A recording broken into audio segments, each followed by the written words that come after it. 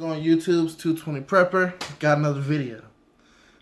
This one is gonna be a different kind of video than what I normally do, but it's all still there.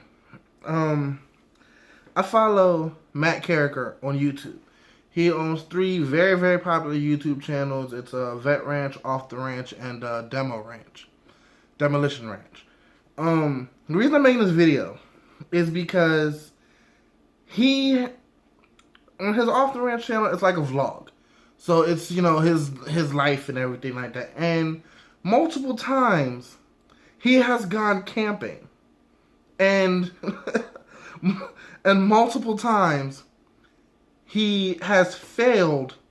He has tried, to his credit, he's tried very hard. But he has failed multiple times on starting a fire without matches, without lighters, just using primitive means of fire starting. Like, he wasn't even using flint and steel. He tried like a bow method one time. There was another time where it had been raining, so he was trying to gather a fire. He was trying to start a fire in the rain, which is very, very possible to do. It's just difficult. And the reason I'm making the video and mentioning him, referencing him, is because a lot of people have those exact same issues. And it's good to know the theory of primitive, I don't like using the term primitive, but primitive fire starting techniques. It's good to know them, but a lot of people just know theories. They'll read the book, they'll go online and watch videos of how to do it step by step, and then they won't ever do it. Like, they're saving all their skills for when shit hits the fan. And that's a problem. And that's a very, very large problem. And the reason as to why it's such a large problem is because when shit hits the fan and potentially your life is on the line, you don't want to be doing these skills for the very first time. You don't. It's not a good idea, like, at all. Because that's it. If you can't do it, you're screwed.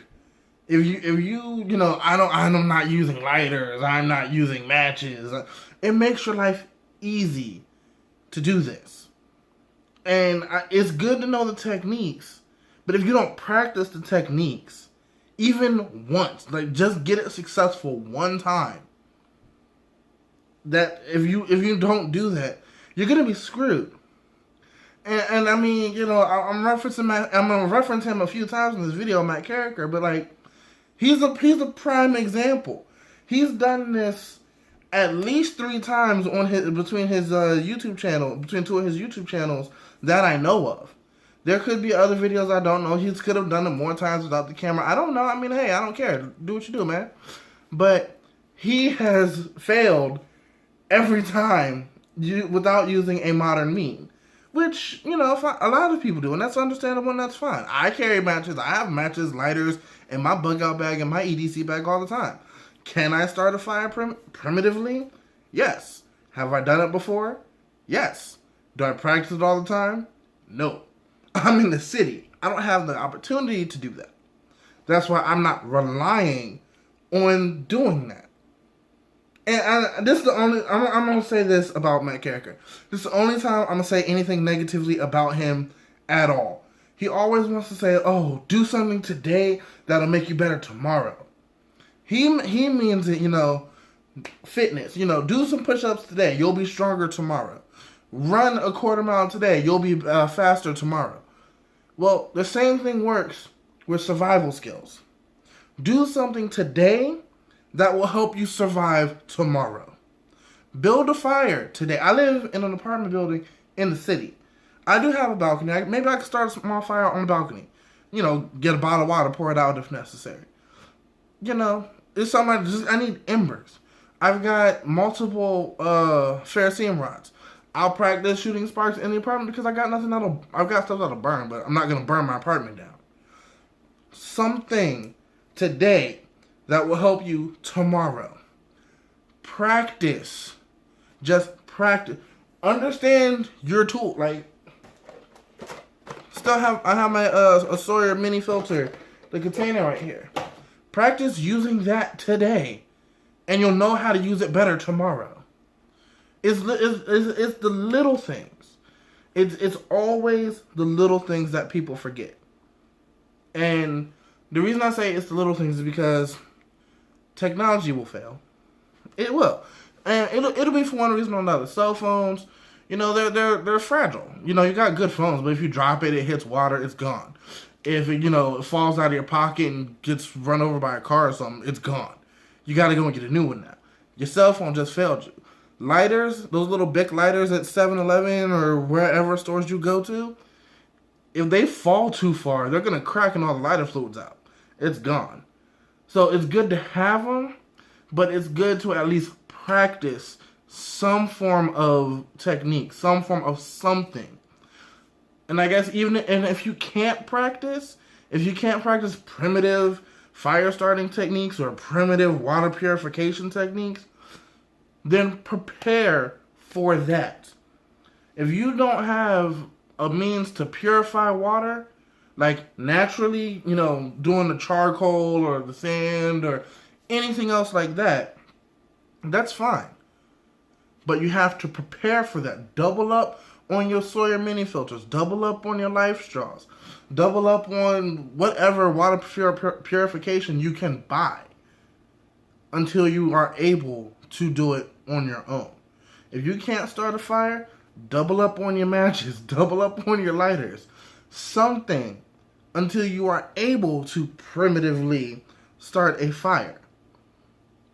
It's just something that people consistently fail with.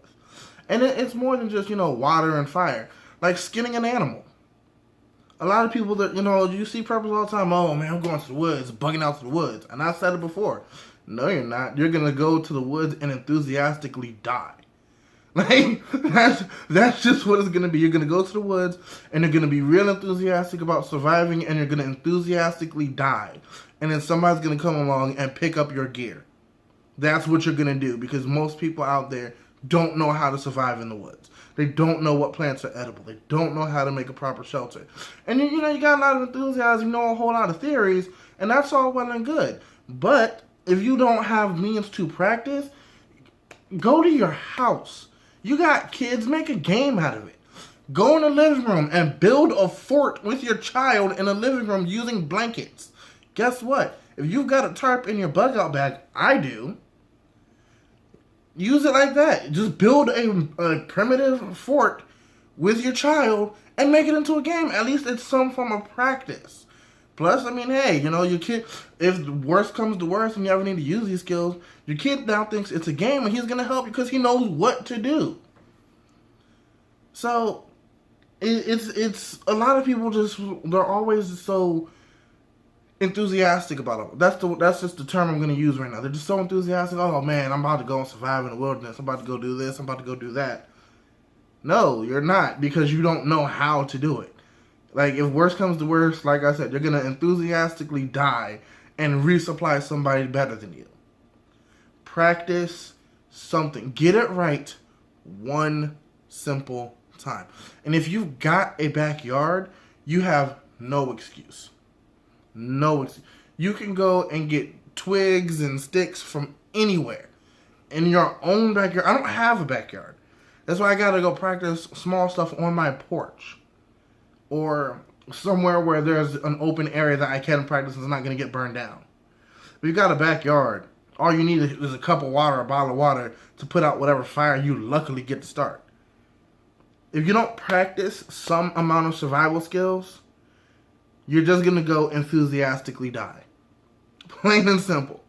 Plain and simple. You have to do something. You have to practice something. Practice today, survive tomorrow. It's that simple. 220 Prepper, I'm signing off.